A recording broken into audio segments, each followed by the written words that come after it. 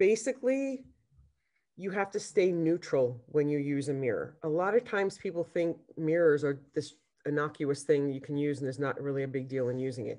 But depending on what you mirror and how you mirror, because you're female, essentially, it can come across as assertive. It can cause a defensive reaction.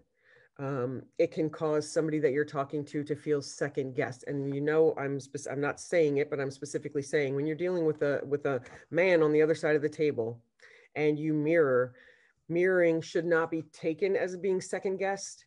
But if you're using the wrong tone of voice, it can come across as you're questioning their thought or why they're thinking this or where they're thinking that, with a more judgmental type of notion, when that's really not what it's about. So you have to take big, efforts to keep your voice as neutral as possible.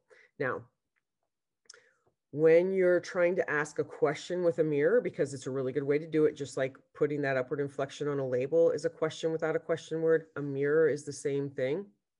So with your tone and inflection, stay curious, use that upward inflection, and it will help drive that reaction that you want from them, okay?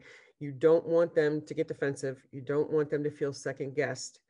You want them to feel neutral about what you say, and as if you're kind of just guiding the conversation. Sometimes women get a bad rap for being assertive because they'll use a mirror in an assertive fashion, or they're naturally assertive person like I am. I'm a big assertive. So sometimes when I say things, it comes across as bitchy. I'm not going to lie. I have been told before that I can be bitchy.